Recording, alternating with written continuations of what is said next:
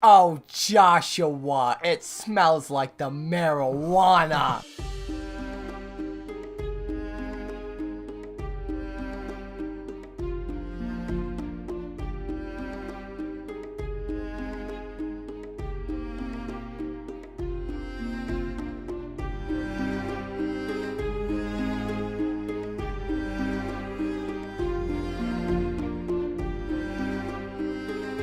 Heyo, hey everybody, and welcome back to another episode of Brotherhood Without Manners, a full spoiler reread podcast of George R.R. Martin's A Song of Ice and Fire series. We are currently on a Game of Thrones. I am your host, Zach, and sitting next to me on this adorable little ottoman is my brother Nate. What up? Don't make eye contact with me as I say that. Well, you turned and faced me. What am I supposed to do? Hopefully you guys have been keeping up with us and rereading with us, but last week we covered Danny and Ned. Danny and Ned. I knew Danny that. 2 and Ned 2? Ned 3? 2, 3, 2, 2, 1. Hold up. It's just like Fact 6 check. pages of notes. Ned 2. Ned 2. Ned 2, Danny 2. So yeah, Danny got married and then later had her first Did. experience as a woman. She is 14, so chill. 13. Whatever. And then Whoa. Ned and Robert received Word that she's a letter wed. that she was wed, and Robert doesn't want to face Dothraki in an open field, Ned. So it's been kind of stagnant, but you know what isn't stagnant is this wine that I have right here that I'm drinking. I know. I am quite fond of this delicious Chardonnay that we are enjoying. You're drinking the Chardonnay. I have a glass of the Pinot Noir, the red wine. They're fantastic. The bottles are intricate, beautiful design, Game of Thrones themed bottles. From Game of Thrones Wines. Which is made by Vintage Wine Estates. And the guy up there, he's making some good shit, man. Yeah, Bob Cabral, the winemaker. This is a 2017 Pinot Noir and a 2016 Chardonnay. They're great. I'm actually excited to get a couple more bottles for when season 8 rolls around. So they're only $20 each. Only $20 a bottle. So you guys and I should think check the it out. Chardonnay's $19.99. True that. Yeah. Less than $20. It's a deal. So all deals all around all the time. But they're great wines. So you guys should check them out. And yeah, we appreciate them letting us. You know who else likes wine? Partake. Tyrion. And Tyrion's our chapter today. Tyrion 2. My segues are better, but anyway. Whoa. Yeah, we start Tyrion 2 with So last week he was eating some breakfast with his brother and sister. He was grinning sheepishly. Wolfishly. Haha. He was grinning wolfishly up at his older brother, yeah. Right after poor Bran had been shoved from the tower by said brother, so Tyrion thinks that the North went on forever. It is this vast landscape that they are in. Tyrion knows his way around a good map. He is no fool, but... So I like that Martin's already establishing again, right off in the start of his chapter, that he's book smart. Oh, yeah. He's well learned. He knows the maps. He's studied these. He's aware. But even that doesn't prepare you for how big and cold the North really fucking is. Fortnite on the King's Road taught him that a map is one thing. The land is quite another in of itself. The North is huge. It's the last, basically, untamed kingdom in the Seven Kingdoms. It's too huge to be really controlled, and that's why the North is sort of its own independent sort of nation of itself. They had left Winterfell the same day as the king and all his commotion and nonsense and Cersei's big old wheelhouse rumbling through. Fuck. The King's Road is just beyond the castle and the town, which, yeah, there's a little teeny tiny town. I don't know if we get the name. I'm just drawing a blank on the name. They didn't say it in the chapter. Yeah, no, not in this chapter. But yeah, there's a little town outside Winterfell, so they pass through there as well. And it might just have been like a collection of buildings in an inn. Yeah, no, it's definitely a small, teeny tiny. It's just, the little, if you can't get into Winterfell because there's important goings on, you stay at the town. But after like 3 days on the road, they end up not running into it. It gets way more scarce to run across Well, I mean, they like that. Yeah, that's right outside Winterfell. So yeah, we would expect there to be a town and civilization. The king and the whole royal host turn south, and Tyrion turns north with Benjen and his nephew heading for the wall. And it quickly gets colder after that. Colder and much quieter, Tyrion said, after the hubbub. The whole nonsense of the king leaving. And I think he means not just of that day where it's been. Oh yeah, insane, I think, but like throughout, in general, Winterfell's not it's a bustling little establishment there. Yeah, so like as they're heading north, there's rivers and hills and small holdfasts and rude inns for their comfort at night. So they are kind of relatively still comfortable. Rude inns. I thought you said Rudins, and I was like, what the hell is a Rudin? Rude inns, yeah. So probably some shabby establishments, but, at least they're getting a bed to sleep in on their way north. But then 3 days, it says, 3 days from Winterfell, and the farmland gave way to dense woods, and it grew lonely. So they enter this set of woods now, heading further away from Winterfell. By the 5th day, the hills turn into mountains, and when the wind blows from the north, long plumes of ice crystals flew from the high peaks like banners, which I just thought was really... It's just fun, descriptive wordplay. The road continues into the north through woods older and darker than Tyrion had ever seen. That's when we find out that Benjen calls these the Wolf's Wood. I don't know really how much experience Tyrion has trekking through the woods, but he's describing it as older and darker than any he's seen, and we've been shown the significance of wolves, so this is just kind of an ominous... It gives this ominous tone.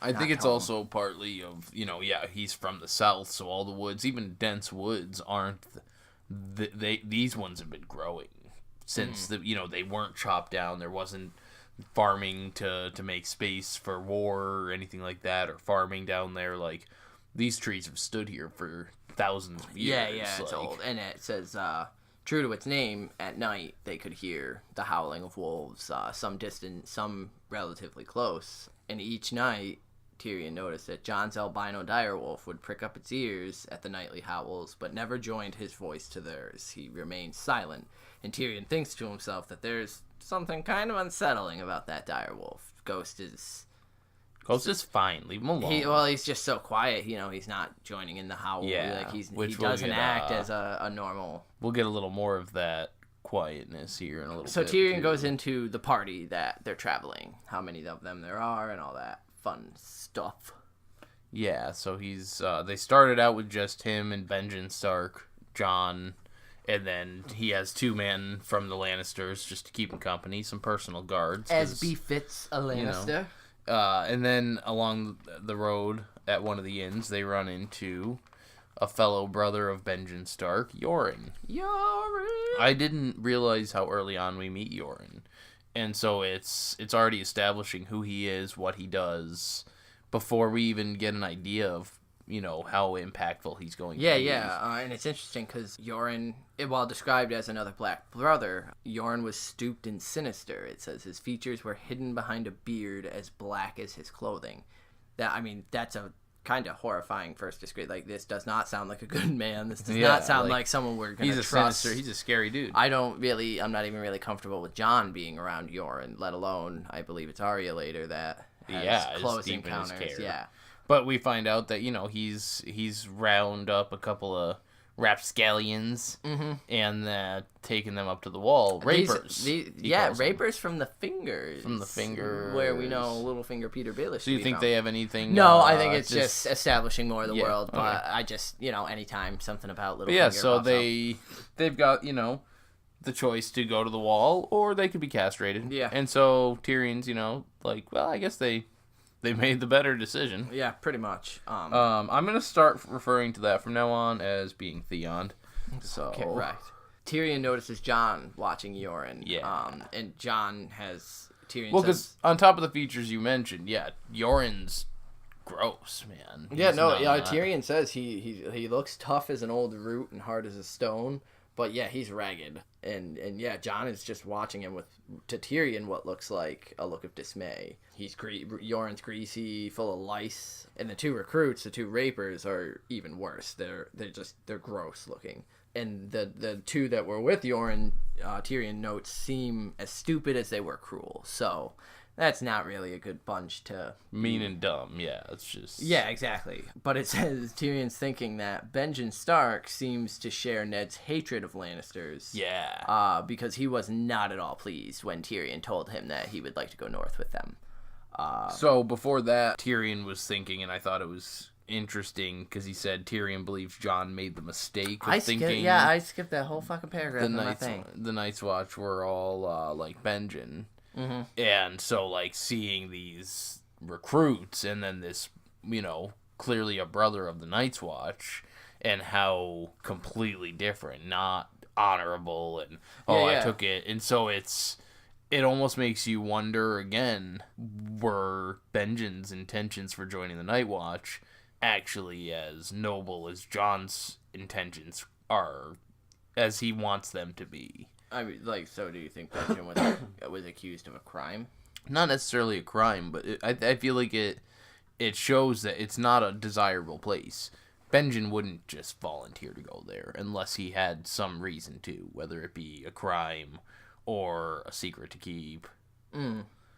Well, Tyrion feels sorry for Jon. Mainly, it says for the path that he chose, or perhaps the path that was chosen for him. So I think that kind of leans into that as well, where right. Jon, in the end, really didn't have a choice about where he was going to end up. But then, that's when Tyrion thinks to himself that Benjen seems to share Ned's hatred of Lannisters, and that he was pissed when Tyrion told him he wanted to go north. But you can't really say no to the warning too. I just punched the table. Great. Well, this is like a reoccurring thing. Is that going to be our first reoccurring theme? Is you kicking tables? It's gonna be me fucking punching you in the face in a minute.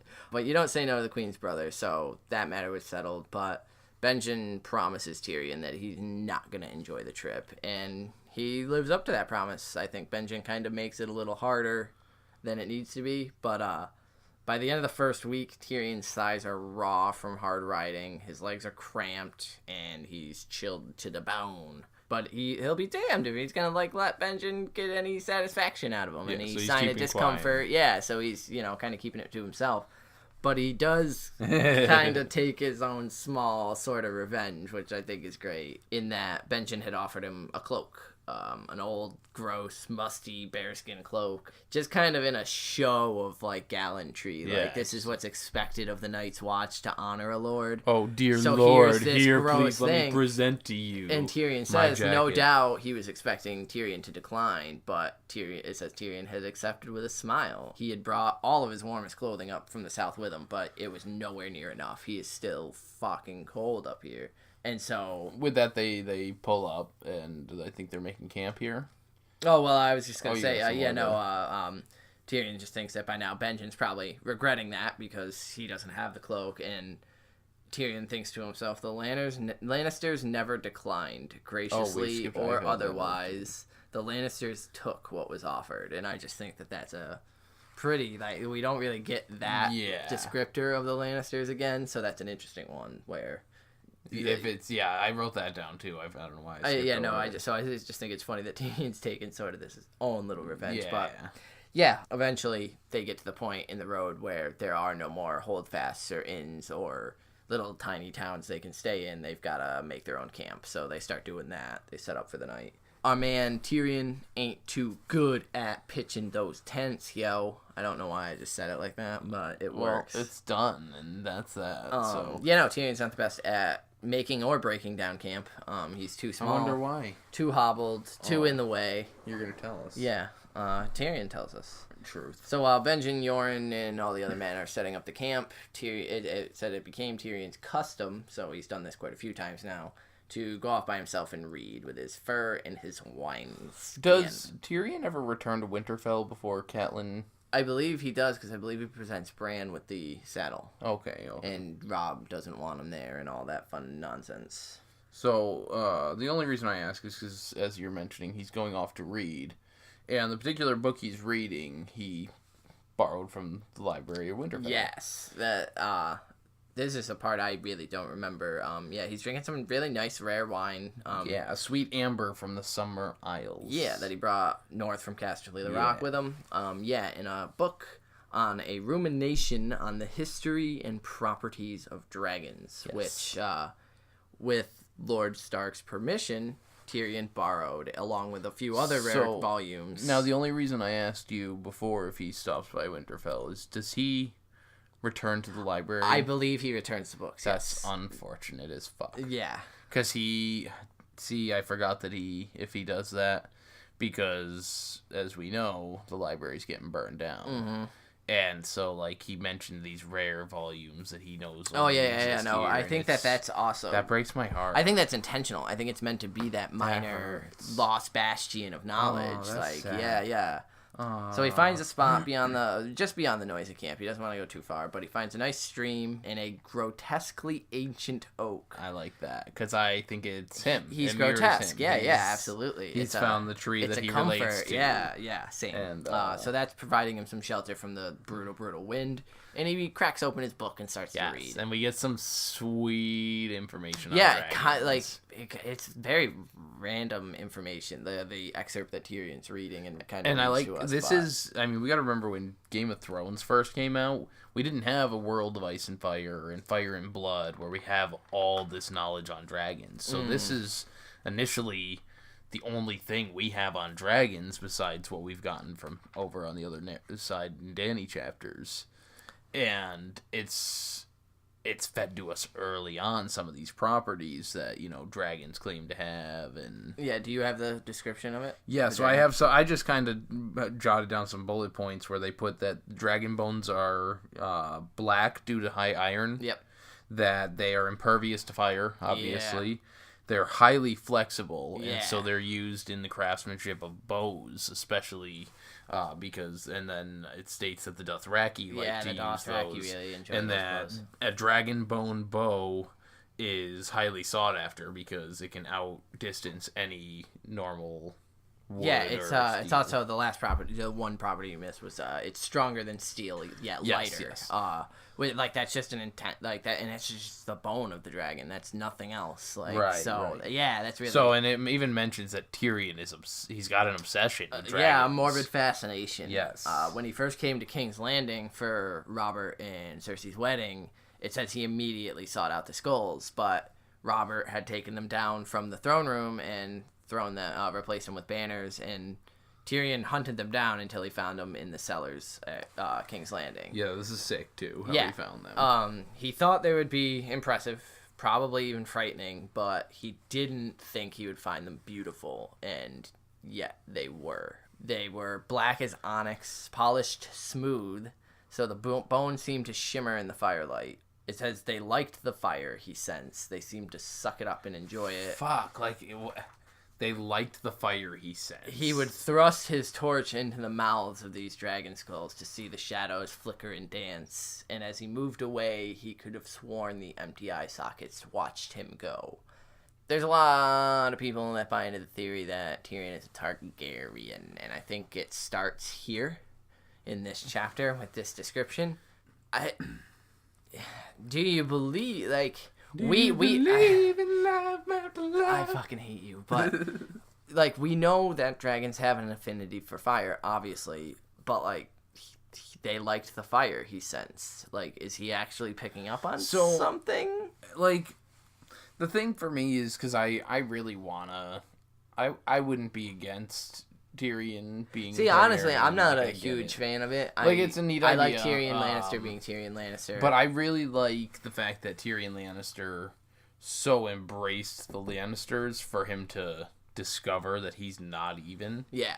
It's just a fun concept to toy around with. Do I think it's going to pan out that way? No, probably not. Just because, there's evidence to back it up.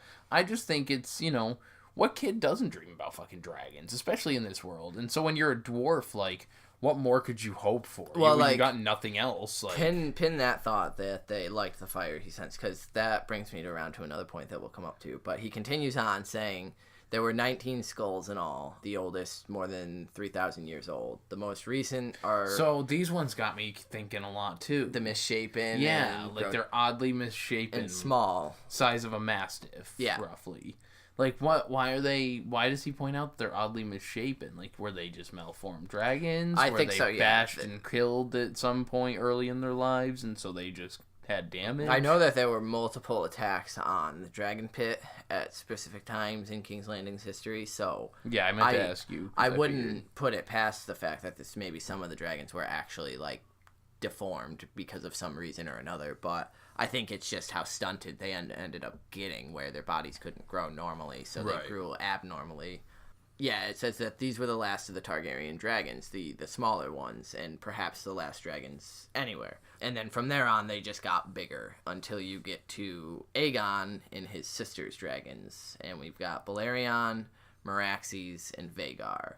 And Tyrion just says you could easily ride a horse down the throat of the smallest, but Balerion, the Black Dread, Balerion the Black Dread... could probably eat a fucking mammoth. Yeah, he's the largest of all of them, and he's enormous. And Tyrion would just stand and stare at this dragon for hours, just being in awe of it. Trying to imagine the size of the living creature, he said. So he's sitting there looking at this skull, but that's got no skin, it's got no body, that's got no wings.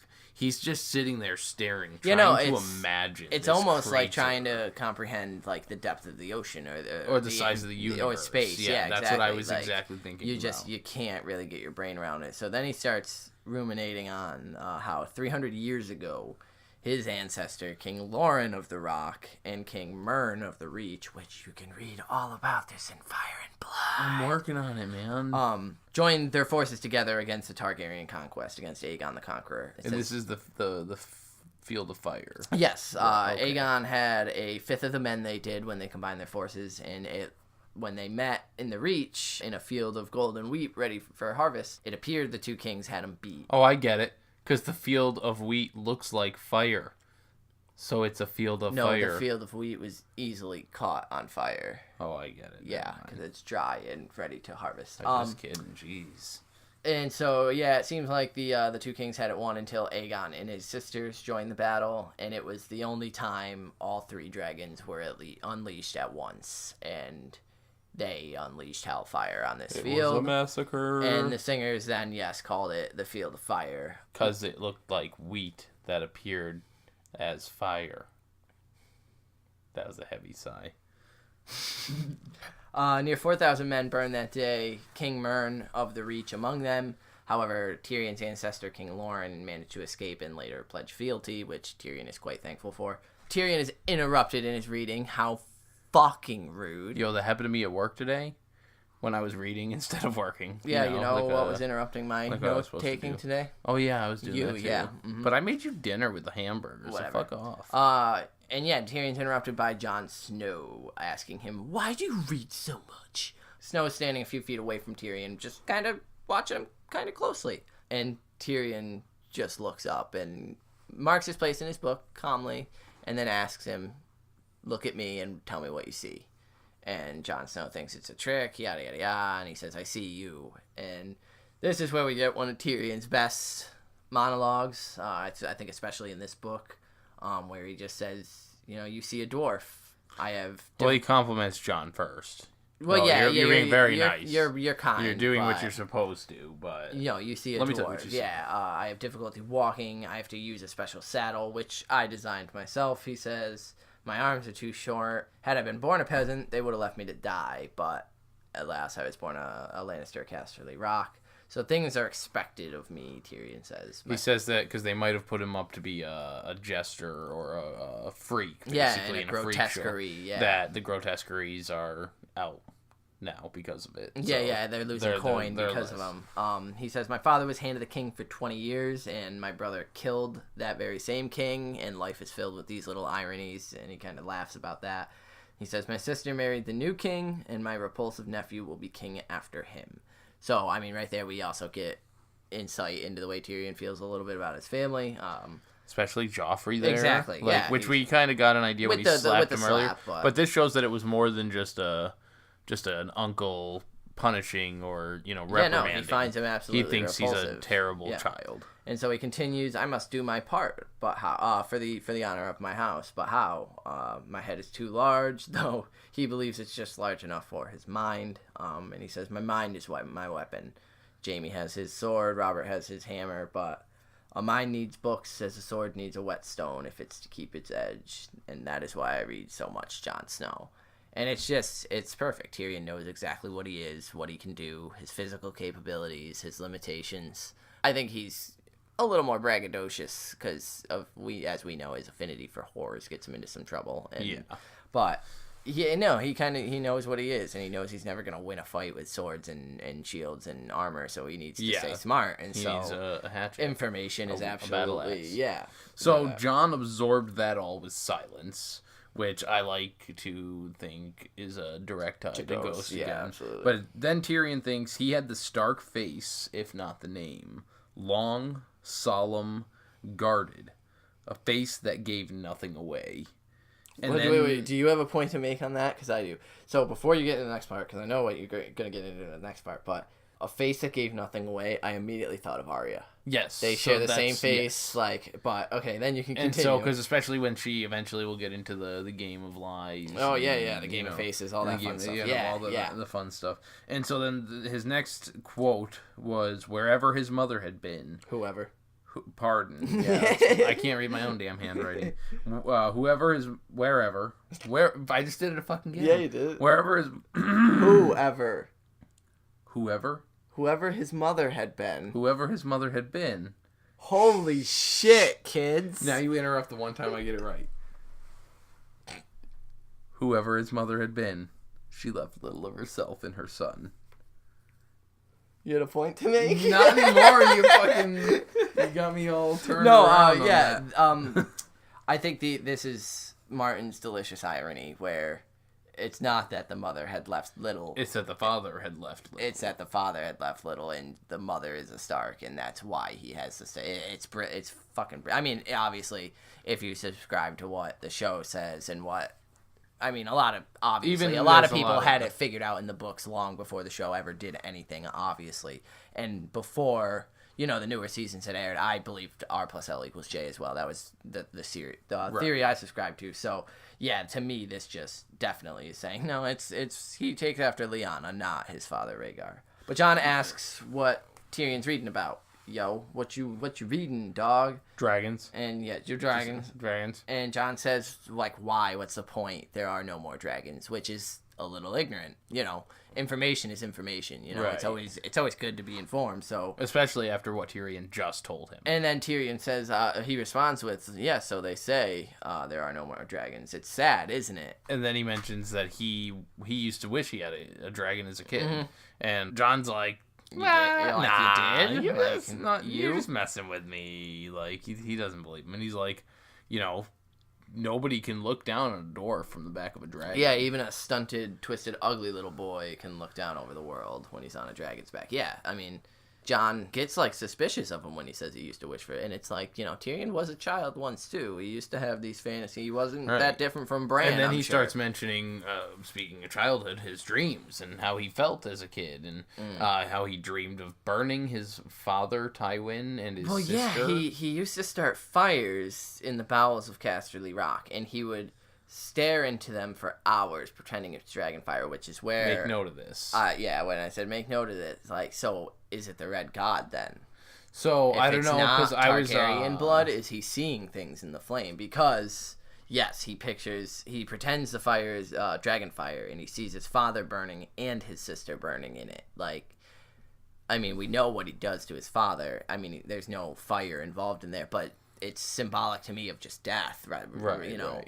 And maybe it's death caused by him. So that's what I mean. The people he wants dead the most. Yeah, his father and his sister, definitely. Maybe it's something to do with the Red God instead, where he's staring into the fire for hours and he's heard the... I don't know. Maybe. It's just a point that Jon is horrified and fascinated all at the same time. And Tyrion's like, don't look at me like that. And then he just breaks this child down. Yeah, he's like, I know you've had similar thoughts. Your life couldn't have been all that great at Winterfell. I'm sure Lady Stark, made you feel nice and welcome, and but you always had your brother Robb. But he gets Winterfell, you get the Wall, so that's kind of shitty. And don't even get me started on dear old dad and having, I'm sure, the best reason to ship your ass up to the Wall. And now you get to head up to the Wall, and you get to join a noble order of rapers and thieves and just great people. Tyrion picks this kid apart Just to the point where breaks him Jon just down. yells, "Stop it!" and his face is dark with anger. He's fucking pissed. And so this part right here touches my little heart because Tyrion actually feels bad. Oh, no, you skipped way ahead. Oh, Because that's when Jon says the Oh, Night's right, Watch is a showing noble the truth. calling. Yeah, newfound. And Tyrion just fucking laughs at him and says, "You're way too smart to believe that bullshit. Like, peasants, debtors, poachers, rapers, thieves, and bastard children. These are your new brothers. These men with urine that you are curling your nose up at, that you clearly can't stand. You know, watching for all the grumpkins and snarks that your wet nurse told you about, like." And Tyrion points out, but since they don't exist, it's not necessarily dangerous work, but your balls will freeze off, so, but that's okay, because you can't breed anyway, because it's just this fucked up, shitty order. That, I think, does also show a little of Tyrion's ignorance, that he doesn't know the White Walkers are around, so I think he has a very natural reaction to the Night's Watch. Well, I think that's not unfair to Tyrion, especially considering that even, like, Ned Stark doesn't believe. Yeah, that's what I mean. It's a lack of information, not a lack of just being presented facts and ignoring it. But so at that point, that's when my little heart melts because Tyrion actually sees Jon and he's like, "Fuck, this kid's fucking 14." Like Jon's about to pull his signature move and storm off in tears, or take a swing at Tyrion because he does. Yeah, and so he wants to go comfort him. And he's like Tyrion gets hit with this wave of guilt and is like, "Oh shit!" Like I kind of my bad. You're not Joffrey, you little cunt that deserves to be reamed hard. So he steps forward and goes to give Jon like a pat on the shoulder, just to be nice, and he's on the ground. Never even sees it coming. Yeah, he's not doesn't see, straight doesn't on his hear ass. anything. Just next thing he knows, he's getting knocked the fuck down. Books going flying. Knocked the fuck out. Ghost had jumped forward and knocked Tyrion right the fuck down. And Tyrion is knocked on his ass and tries to get up. And as he does so, his back kind of spasms a bit. So he extends a hand toward Jon, and Ghost is just suddenly between them. He's not growling, but he's baring his teeth, and just obviously Tyrion doesn't want to move, so he doesn't. He lays back down. Right.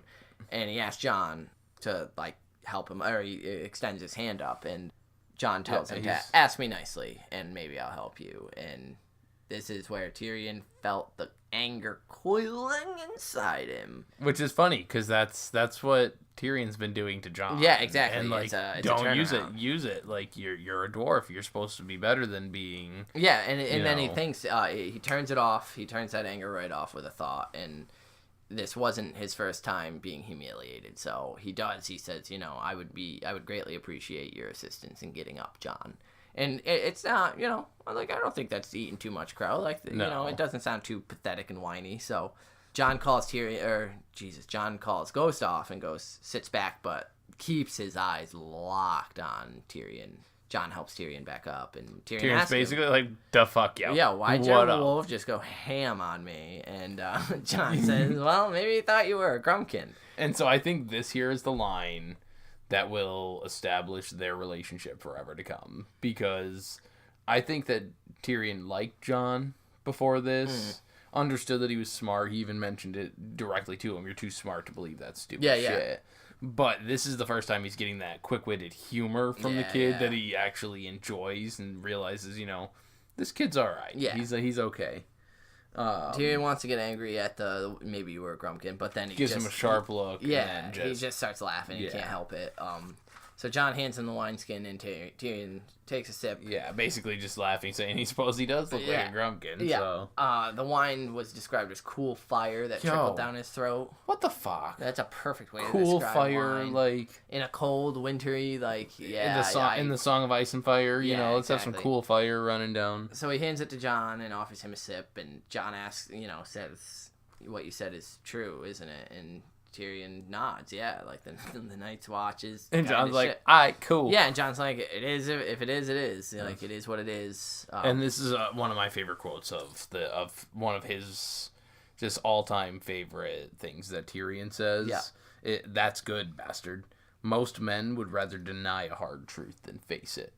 And Jon's 14, and he's already seeing that life's fucked. Yeah, he's going to continue on this course, even though he's seeing... And, it's... what's awaiting him, basically. We get to see that that adult side of him that we've seen in every chapter that he's appeared in, with Arya, explaining that life's not fair for either of them because she's a girl, he's a bastard. And in Bran's chapter with, the wolves, and initially not thinking he was going to get one, accepting that shit's fucked. Yeah. He sees the what he needs to see to move on, because that's life, I suppose. I like the line that comes after. So he says, yeah, most men would rather deny a hard truth than face it. And Jon asks him, most men, but not you? And Tyrion says, not me. I hardly ever dream of dragons anymore. There are no dragons. And to me, that's like one of the saddest lines about Tyrion is like, and it's relating to men would rather deny a hard truth than face it. Tyrion is accepting that he's never going to be able to tower over all these men on Dragon's and ride back. a dragon. Yeah. And so it's that fantasy. He gave up that fantasy that's in his order hard to grow truth. up. Yeah. That's right. Now he's absorbed in books because he can't be a dreamer. So Tyrion says, all right, we should head back before your Uncle Benjen calls the fucking banners on us. And so they're heading back, and it's pretty rough. And at one point, Jon offers Tyrion a hand, but Tyrion kind of waves him off and says he would make his own way as he had all his life, which is just another great description of Tyrion. It's just giving us a background more there. So they get back to camp. And Benjen's about there to call the banners. Yeah, he's about ready. Yorn's skinning a squirrel, and Tyrion's man, Morik,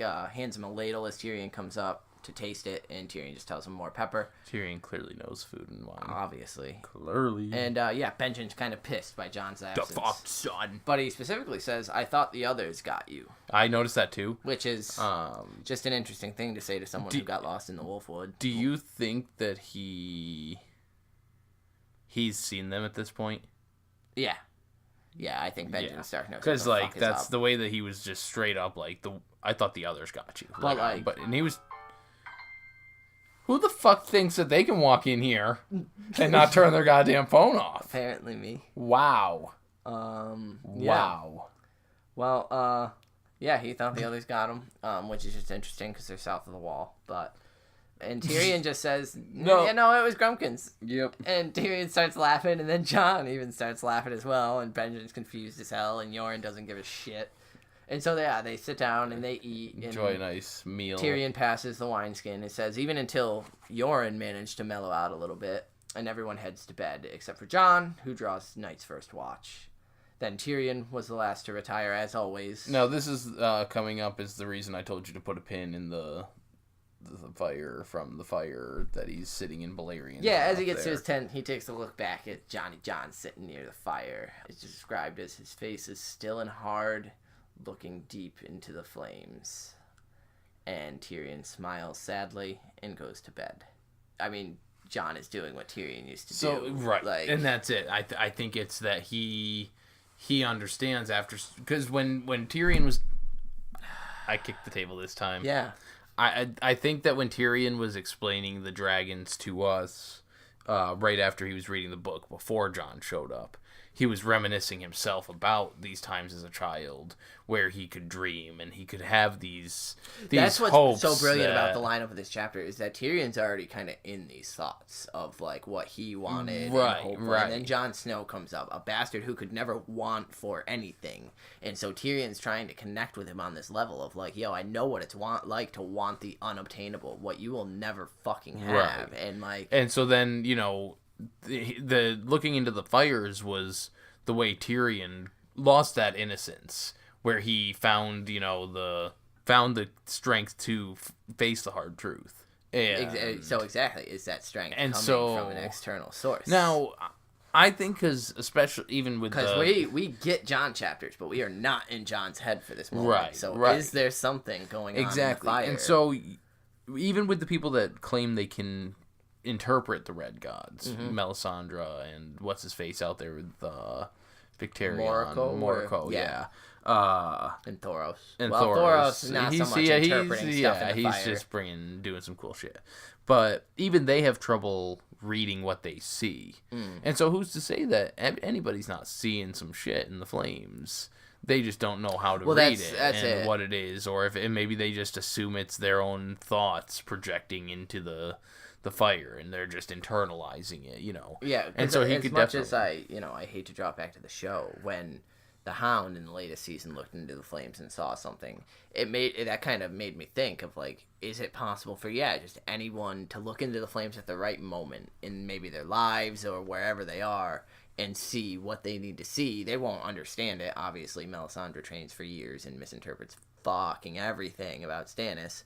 So, like, or maybe in the books, but is it possible? Yeah, is the Red God talking to a ton of characters that we just we either don't see it through their point of view at the time, or It's just not so known that it's that muddled, and confused that they don't even think of it as a thing. But that ends Tyrion's second chapter in A Game of Thrones as he heads off to Betty Bye with Jon Snow standing guard over all of them. Truth. So, do you have any wrap-up thoughts about the chapter as a whole? What'd you think? I love Tyrion. It's a spectacular chapter. I love Tyrion. This might be one of my favorites so far in the book. I love Tyrion. Because of all the dragon talk. Who was it you had just mentioned there? Tyrion? Yeah, that guy's in there a lot, and I like him a bit. And the relationship between Jon Snow and Tyrion is nice. It's just, Tyrion's actually trying to be a good guy when he shits on Jon a little too hard. He feels bad about it. Like, he's actually just trying to help his kid. So, do you have an inductee? Yeah. Mine's going way, way back to Aegon for just fucking decimating. Lighting up the Field of Fire. The Field of Fire was one of my favorite things to read in Fire and Blood, so I actually just really like that story of just how outnumbered they were, and then just how much of a powerful force these dragons actually fucking are. They win wars easily, many, many years ago. So the fact that there are 3 on the other side of the world is actually a big fucking deal. So, and it's so cool that Martin wrote, A Game of Thrones so many years ago. They just came out with Fire and Blood, recently. But to finally give context to some of these things that he had been thinking about. And I also like the way he's just constantly, dragons are a thing. Dragons are powerful. And, like, you can't almost help but think of Dany whenever we hear dragons. So it's just, they're there. They're these things. I know they haven't been born yet, but Dany just got dragon eggs. Like, they're almost in every chapter where someone's having a thought of or a rumination on dragons. So, yeah, Aegon. And I mean, I guess a minor, like, his +1 could be one of his sister wives. I don't really care which one, but yeah, Aegon, he's my boy. +1. So mine this episode, because we're doing 2 episodes now. So for this episode, is right? We are doing 2 episodes this week. Yeah, it's Benjen Stark, and so the reason I'm giving it to him is because he was nice enough to offer up his coat.